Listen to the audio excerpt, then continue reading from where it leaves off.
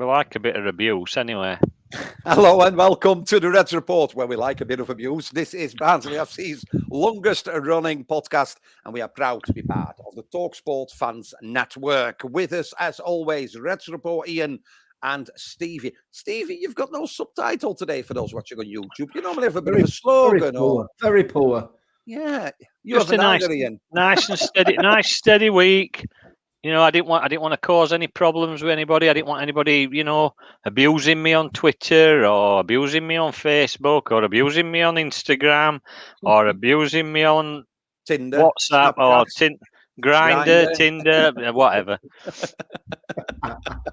apps are available, obviously, but yeah. Yeah, but you can't download them from the Play Store. Swipe left.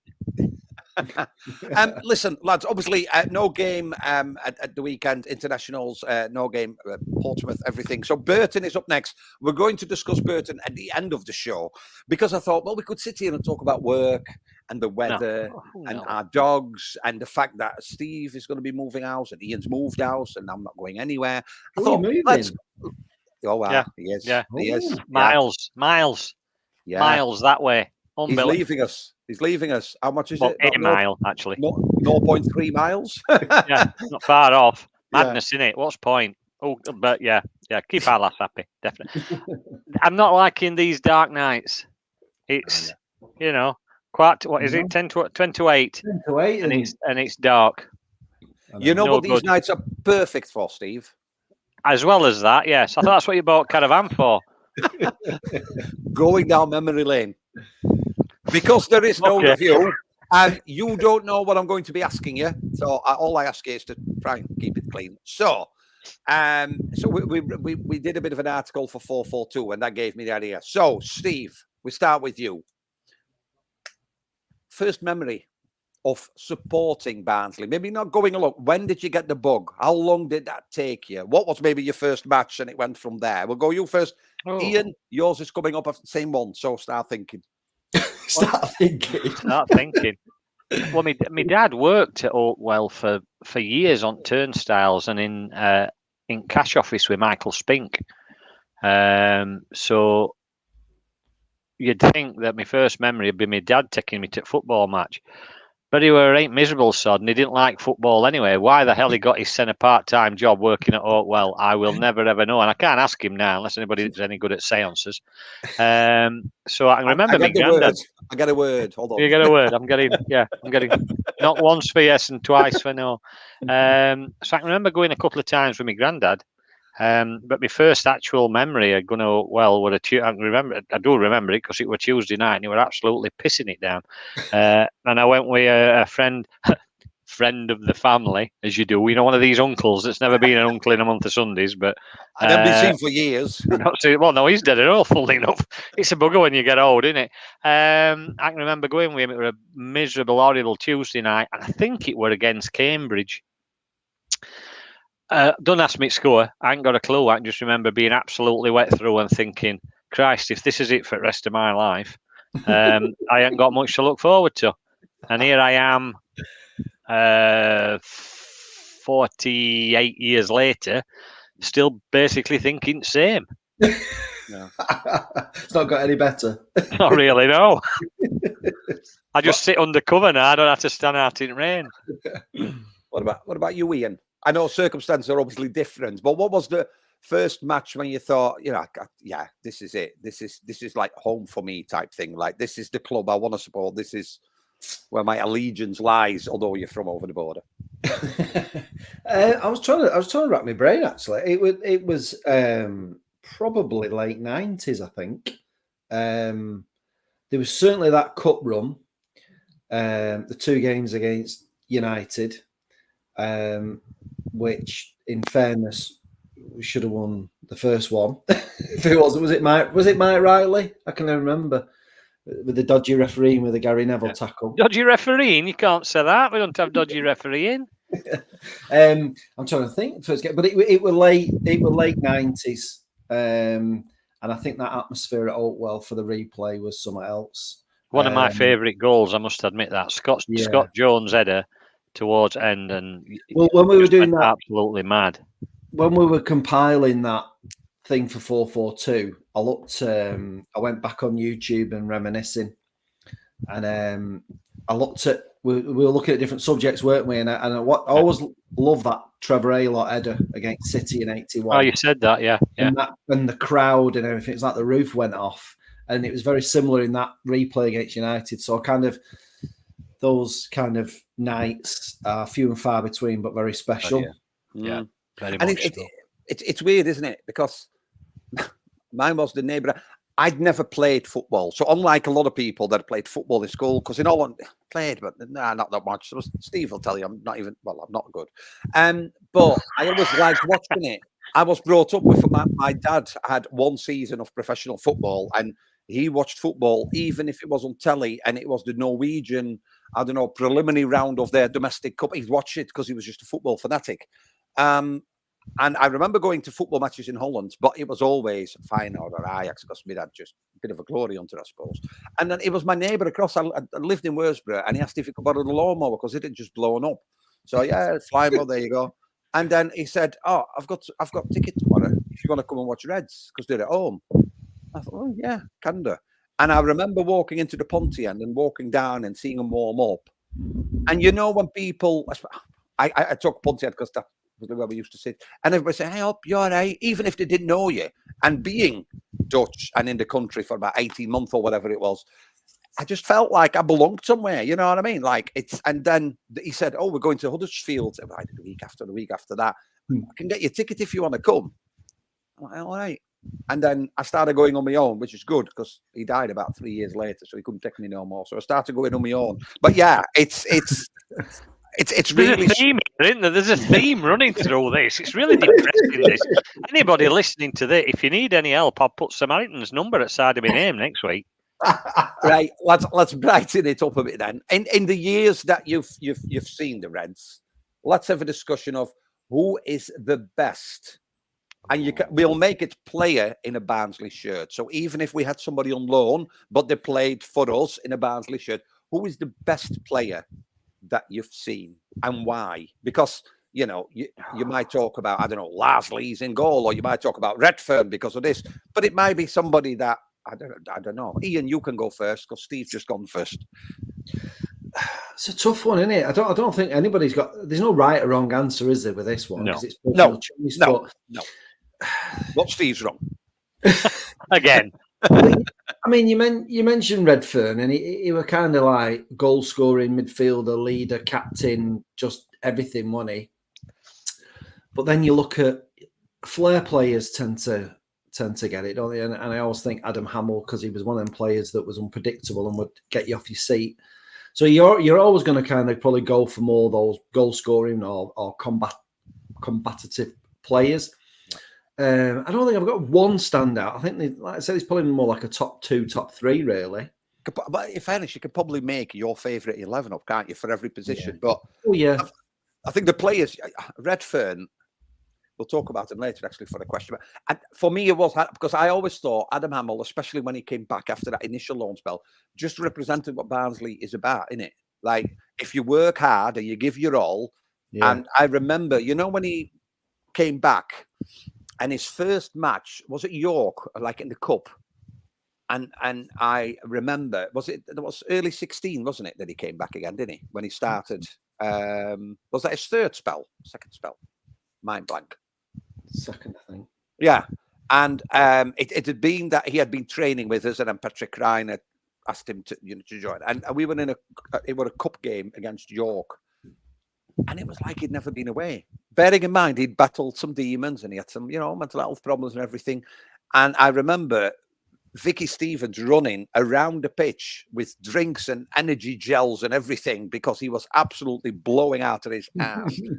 But whenever he played, to me, that what Barnsley represents: honest, hardworking. So yeah, I mean, Redford. You were character as well, weren't it? We're like, yeah. You've got to have characters. There's not enough characters in football anymore. Like a maverick. But that's what you want. You want somebody who's a bit edgy, a bit. Yeah. He runs a bit close to line. And there's not enough. You could go through any sport actually now, not just football. You can tennis, golf, all that sort of thing. PC gone mad. You can't have people that say what they want or say what they think. You've got to toe party line to a certain extent. I know this is probably going to be controversial, but I love Sam Winnall. When he was in a red shirt and the goals he scored that period. Sorry, he's gone. But the thing is, Ian, this is what, and I'd love to have absolute disgrace, that man. But I agree. Take away all the just strip it away to the time he was in a Barnsley shirt and the goals he scored and stuff like. I remember like that playoff against Walsall. I remember so many games that he scored some great goals, and it was just sod's law that one of my lads got one of the tops and had Winnall put on the back, and 2 weeks later he'd gone. I think it's just where you went, though, isn't it? You get players like that.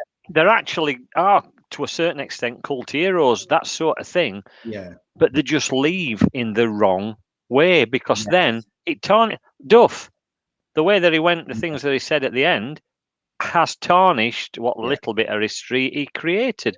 And I think that's what spoils it. I totally get it. But if you just take in isolation, if you look at a player when he's in that shirt and he's in his contribution at that time, and I just thought, I thought he were great. I really did. And I think you have to be, because I remember, obviously he left. That came out the day that Rimo was put to rest, wasn't it? Because that was why. But I sort of understand why he left. You have to think, we didn't have a CEO at the time.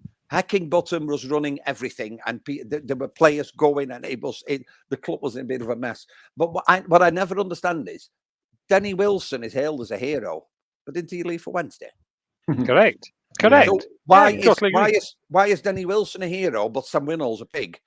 Listen, and I want to have an open and honest, because I've maybe because I'm not from it, I've never understood that. When a manager, because he got us to the Premier League, does that, he's this.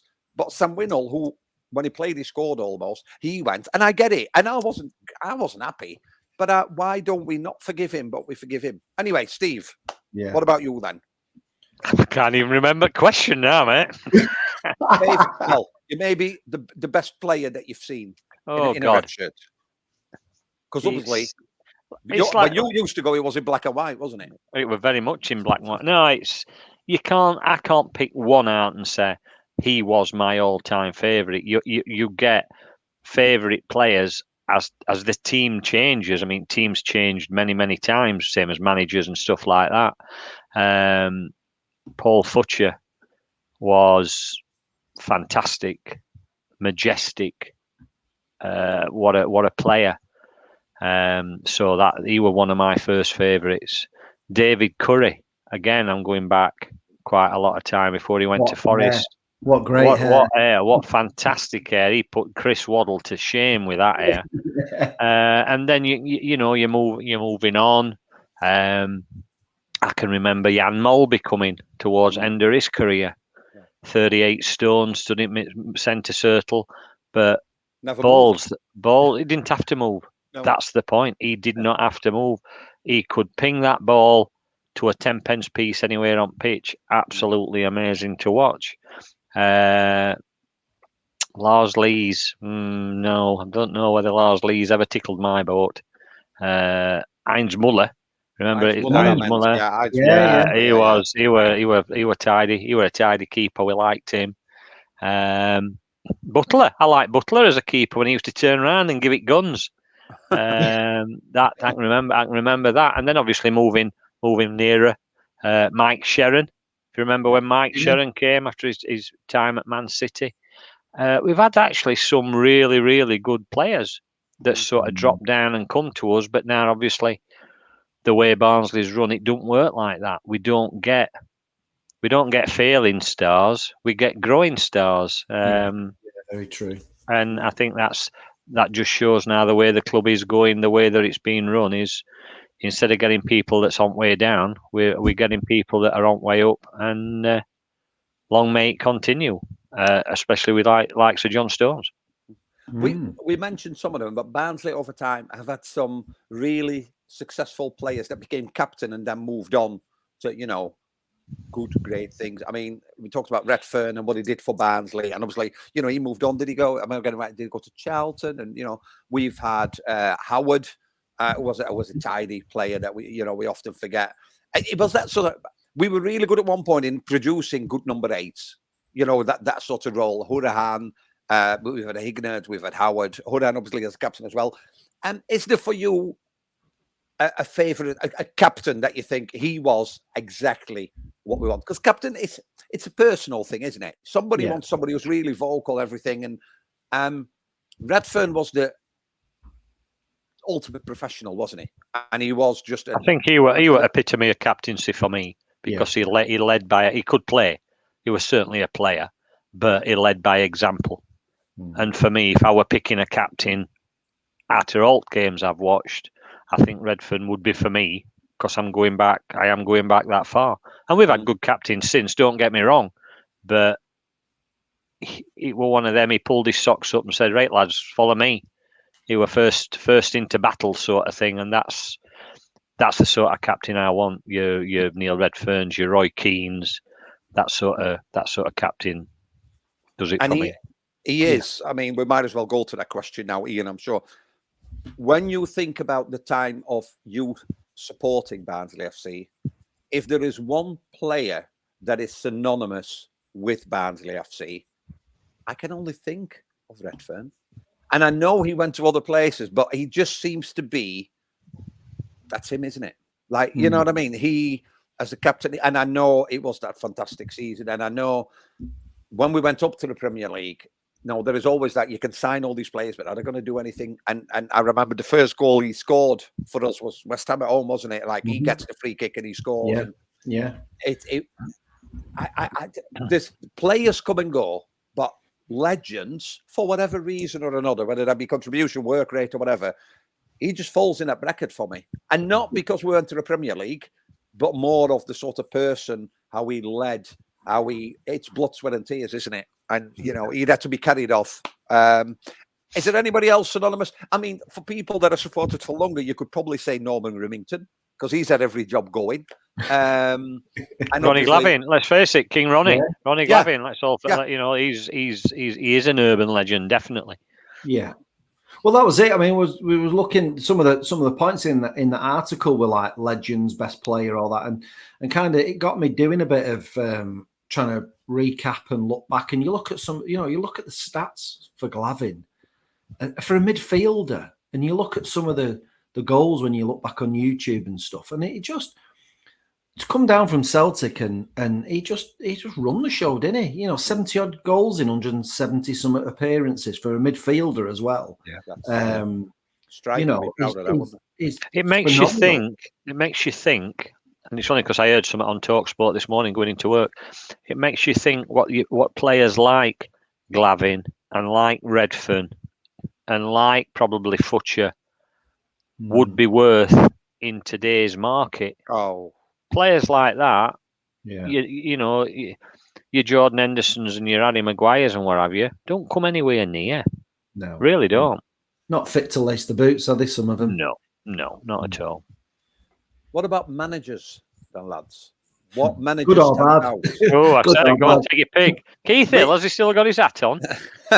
But let's talk good first, because we've had some managers that went on to make a name. Whether the grass was green on the other side remains to be seen. But you talked about a Michael Duff, in a time where the relationship between the club and the fans were probably at its lowest.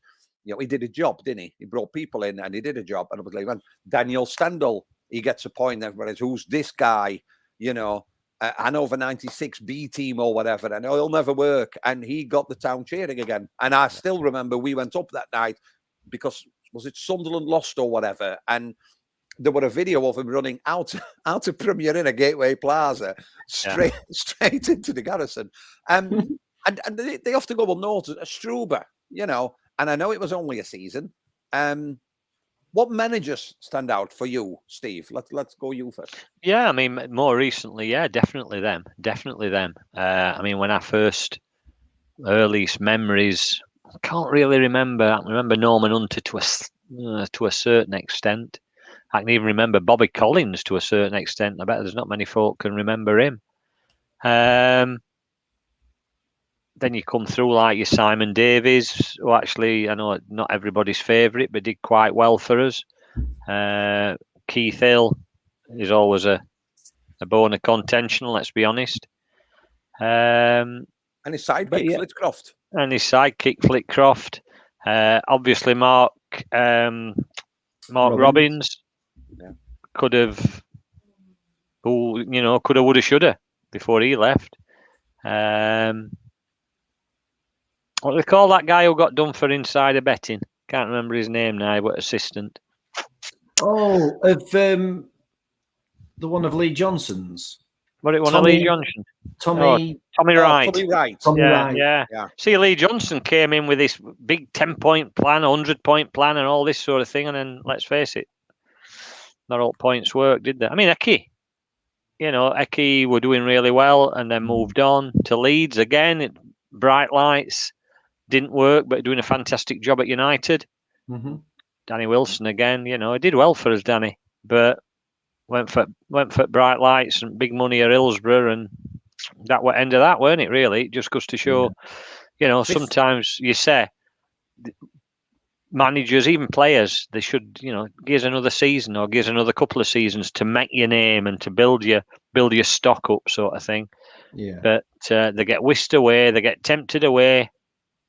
And that's it. Never see him again. Where is Gwynall these days, by the way? He was at Oxford last I heard. What, shopping? Yeah. All right, very good. Studying. Wants to study, Viv Anderson gets never mentioned, does he? Because Viv came with Danny Wilson, didn't they? You were a great player, though, Viv. When that Forest side that won European Cup twice, what a side that were. Gary Birtles, John Robertson. Oh, I say. Going back, young boys, jumpers for goalposts. Marvellous. What about managers that you might have forgotten about? Managers that came in and it just never worked. People not so long ago, we've had a couple. What was the Norwegian fella called? He's on. Thor. Oh God, Thor. Thor. Not Thor, because he's not Thor. No, not Thor. Gunderson or Gundermonson or something like that. I'd forgotten about him. Yeah. He was shite and all them, weren't he? Can't even remember him. I'd forgotten about him. And wow. Goujon. Was it Goujon? No, that chicken. The chicken lovely. Parason or whatever it was. I can never say it. No. I mean, recently, obviously, Shop and Asbaghi, that didn't work, did it? No.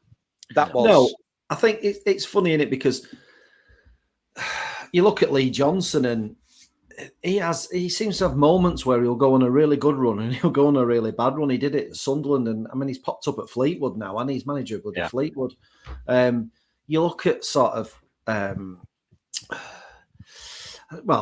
Shop was the classic that we've gone from Valérien Ismail taking us almost to the Premier League, and then within months, Shop has completely turned it on its head. But that amazed me though, because I can remember watching Shop play as a player. Yeah, I mean, he played with Guardiola at Barcelona. He were a fantastic midfielder, and I were real when they said he were going to come and be manager, I was really excited because I thought if he's going to bring the skills that he'd got, wow, it's going to be amazing. Yeah, but not all. Wow, it were a load of crap, weren't it? Yeah, Let's face it. Not all footballers make good managers, do they? Not at all. And I do think, and I know it's a sore point, but I do think with Shop, with Asbaghi, literally, I think a lot was lost in translation. I think when a manager tries to bring over a point and he has to do that in a second or third language, and I'm not knocking and I'm not going down that road, but I think when he said on again, was it on either I follow or to Doug, we need to learn to lose better. And I know what he's saying. He wants us to learn lessons. But when you say to the press, we need to learn to lose better, fans see that and think, what the are you on about? I know it seemed like him who crawled about on all fours in dressing room. Moraes. Oh my! God, I forgot about him. Oh, Mourinho's right hand man. Yeah, right hand for what? What were he doing with his right hand? Because he weren't bloody learning how about football. It's funny you say about it's funny you say about like lost in translation, and I get that. But then Daniel Stendel's English wasn't brilliant. But I just loved his passion. I What loved the fact. I loved how he, not just on the touchline, I loved how he embraced the town. Yeah. And he was in the garrison, and he just. And I know it didn't quite go right in the championship, and probably again the squad wasn't good enough. But that football in League One, we were winning 3 and 4. Yeah. But should have been 7 and 8. We played such a wonderful high press, and he was so addictive watching him on the touchline. And you just listen to his press conference. He just seemed a really nice guy, and you just thought those players loved him. I honestly, when you just said that, I think the difference was that when Stendhal wanted to explain something and wasn't working, he'd run on the pitch and he'd show him, and I want you to do this and look there and do this, and Shop would be like, well, here's a question for you then, which is, we don't normally go down this route. Oh dear. If Stendhal had been backed monetary-wise, and stopped rather than getting rid of him, do you think he would have done better that next season? When you say backed, it was a young squad, wasn't it? Like you look at Mads Anderson, it needed quite a bit of investment.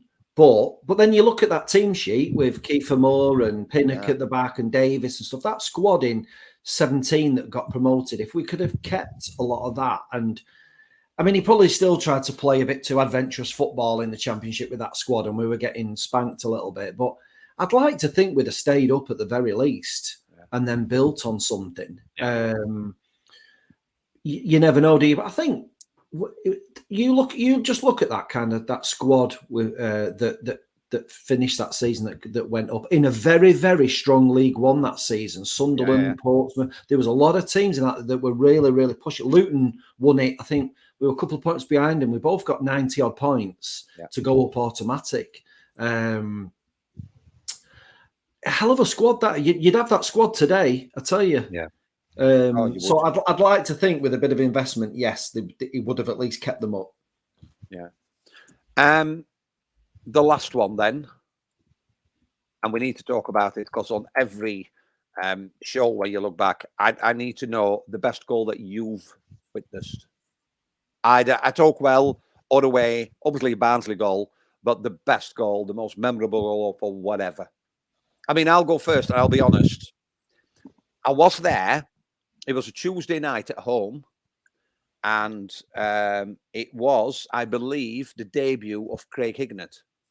And it was the Barnard goal, wasn't it? That was the same match in it that I'm thinking of. I took my daughter's 30 now, and she didn't like it very much because it was quite cold. So she kept wanting to go to the toilet because they were a little eater. So we won 7-1. I only saw 3 goals, but I did see that one because she kept wanting to go to the toilet. Tatiana, if you're listening, I'll never forget.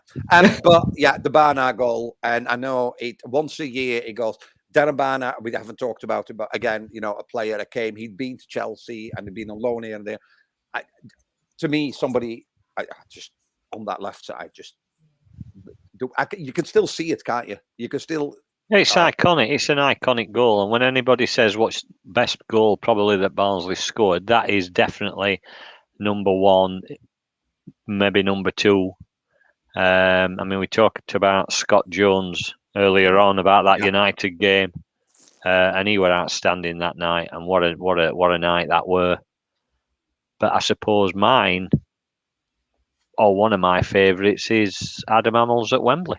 Yeah, where he cut him from that side, beat a couple of players, and then curled it in far corner. What an amazing stage for such a goal. It's things like that do stick in your memory. When you describe that goal, I can hear the commentator. That's what he wants to do.